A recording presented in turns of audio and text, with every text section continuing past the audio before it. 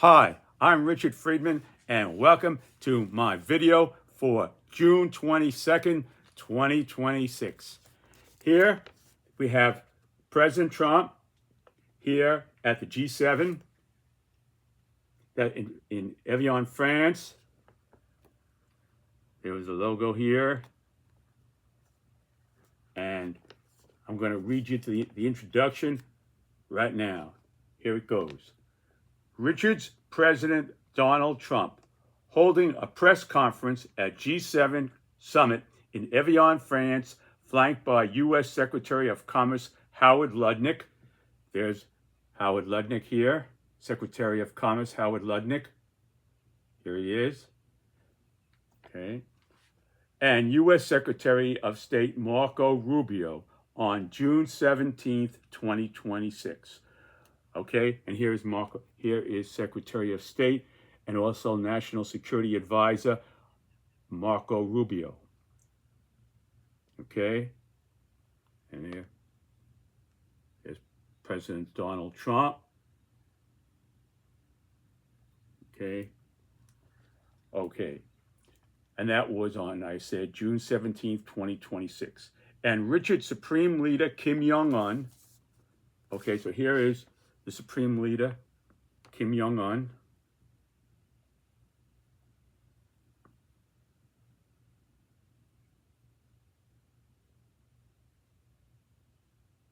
Okay, Supreme Leader Kim Jong-un responds to Trump thanking China President Xi Jinping. So the President thanked him. I took, you'll see later on, you'll see his actual words. I mean, this is, as I said, the introduction. Thanking China President Xi Jinping and Russia President Vladimir Putin for staying, quote, very neutral during the Iran war ahead of the deal signing. Giving U.S. and European intelligence officials confirmed that Russia had provided Iran with critical military intelligence, advanced weapons, e.g. upgraded drone technology, which the Iranians use very well in their Shiite drones. You know, we were fighting these $20 million missiles at them, and they cost maybe $50,000 per drone. And that added Russian technology should probably help them out a bit, which they were very effective with. Okay, with critical military intelligence, advanced weapons, upgraded drone technology, advanced air defense systems, and real-time satellite data to target U.S. forces. Okay? Now, I want to make this clear here, that I'm giving you the facts, okay? And you decide. Now, you could look at this two ways.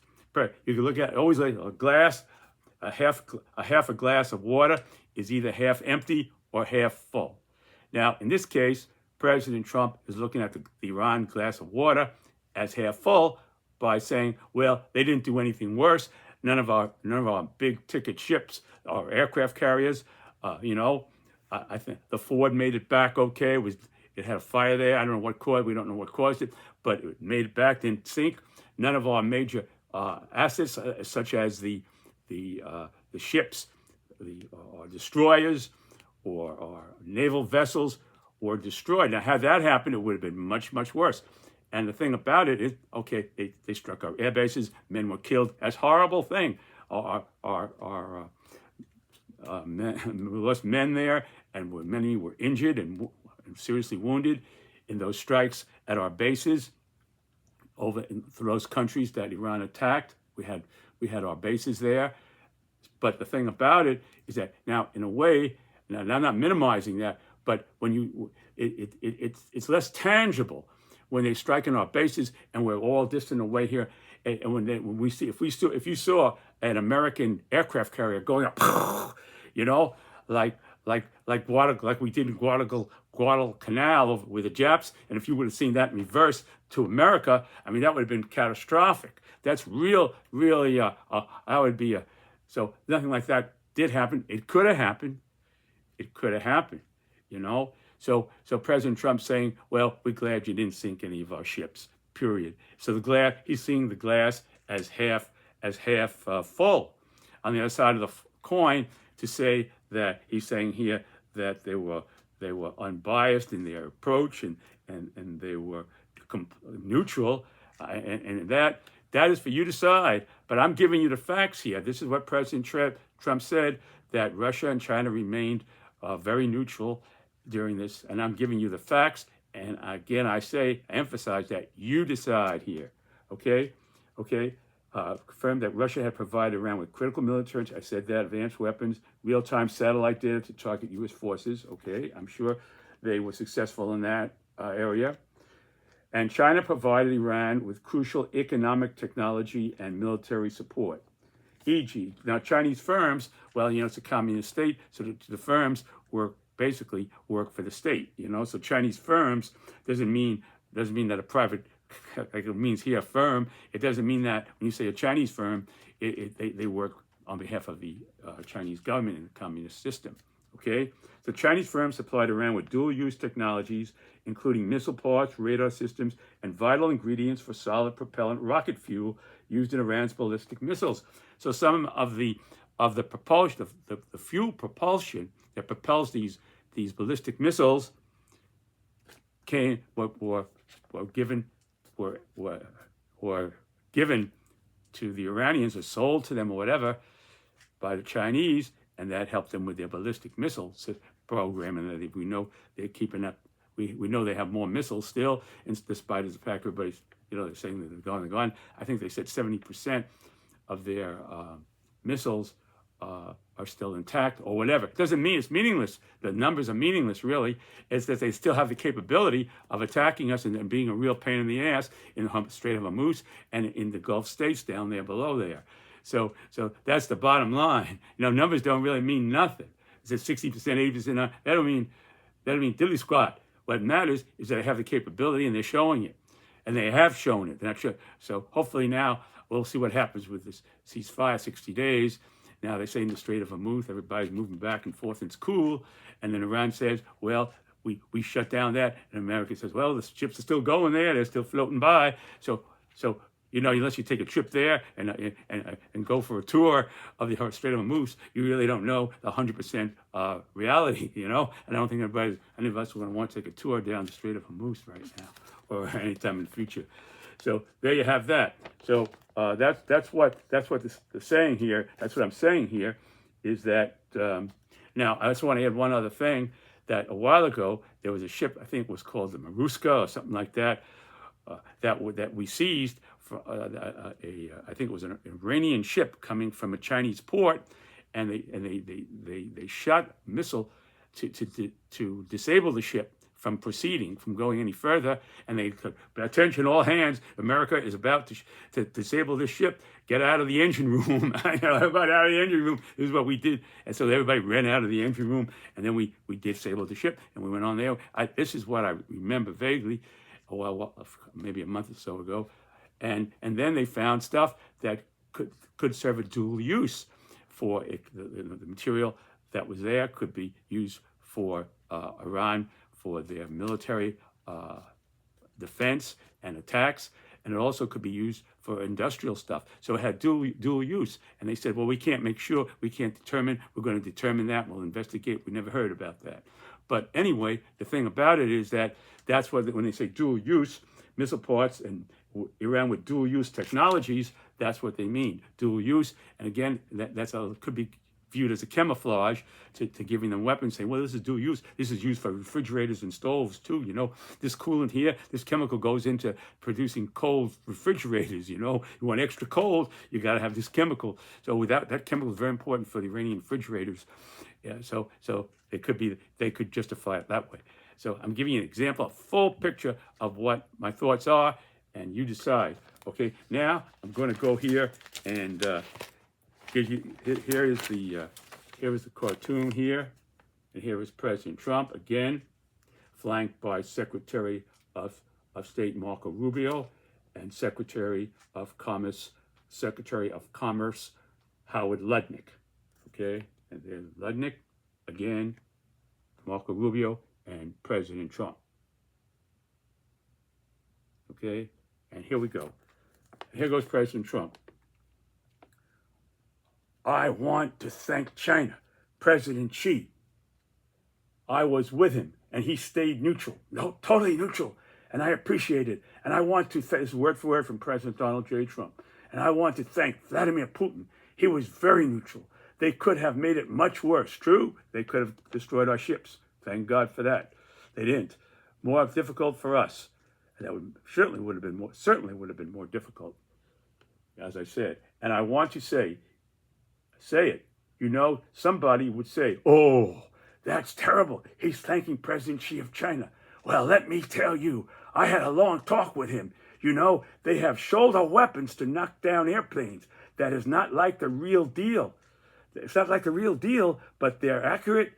They're, in other words, they're not like real missiles, you know, surface-to-air missiles, but they're accurate. They're fairly accurate. I said, I would really appreciate you not giving or selling any of that stuff to Iran, you know, to Iran. And you know what?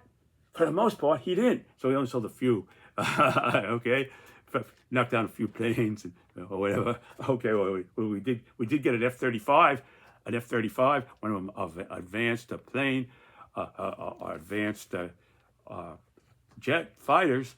The F-35 didn't go down, but it was hit. And they said, we don't know how that plane got damaged so much, but it was hit. So there you have that, and that's a stealth. So they have heat-seeking stuff that the stealth doesn't block out the heat from the plane, and they seek the heat, and advanced technologies, you know, where they get that from. So that's another thing, that F-35 that was damaged in flight over Iran. Okay, as I recall. Okay. So then he goes on, but they're accurate, they're fairly accurate. I said I would really appreciate you not giving or selling any of that stuff to Iran. And you know what? For the most part, he didn't. So I just want to thank them because they made it a lot better. They made it a lot better by not, I guess, again, that's President Trump is saying, looking at the glass of water as half full, because they didn't sink any of our ships, you know, or aircraft carriers. Again, I'm repeating myself, but I think that's President Trump's point here. Okay, now we go to the final. This is the final, and now here is the Supreme Leader of North Korea, the Supreme Leader Kim Jong-un here, and he's watching all this. He's watching this here. There he is in Pyongyang, I would assume, watching this as I created. I created this. You know, it's my creation based upon what the Supreme Leader Kim Jong-un has said in the past. So I put it all together, put his own words together, and thought how he might have reacted. So there is always a basis for what I'm doing or what I'm expressing in my invention. So here is my invention here, my presentation of what I would think President of the Supreme Leader of North Korea, Kim Jong-un, might have been thinking. Okay, and there he is here with the North Korean flag above there, the flag of North Korea. There it goes. There it is. And here he goes. He's saying here, President Trump, no grateful to North Korea for stay out of U.S.-Iran conflict. He feels that he should have gotten some credit for not getting involved in the conflict. There's no intelligence that North Korea sent any kind of weapons or military support to Iran. So there you have it. And they have plenty of stuff. You know that. Okay, DPRK, which is the Democratic Republic of Korea. Okay, no more threatened nuclear strike of just now. DPRK, that's abbreviated for North Korea. No more threatened nuclear strike of justice on Washington for illegal aggression. So the Supreme Leader did say back in March of 2018, he did make a threat when we were doing military drills with South Korea that to threaten a nuclear strike, and he would call it a nuclear strike of justice on Washington for illegal aggression. He sees that as aggression when we're doing military drills with South Korea. So he did say that then, back in in 2018 in March, but he didn't say it now, and he held back those words, and he didn't send them any military equipment, to the best of our knowledge. So he should have been thanked too. He feels that way. He might have felt that way. Let's put it that way.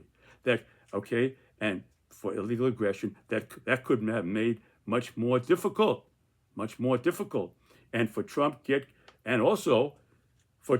construction worker on big, beautiful White House ballroom, because none of the construction workers, knowing there's a threat of a North Korean missile strike on Washington, nuclear stuff, is going to want to work on construction and building the president's ballroom there on the as an extension on the White House. I think the West Wing. So there you have that. So that would be President. That's just a little bit of stuff I threw in there. So I'm trying to give you the full picture here with just a little bit of humor there thrown in. So folks, you have a great day. Thank you for watching my video. Hang in there. God bless you, and I'll see you next time. Bye.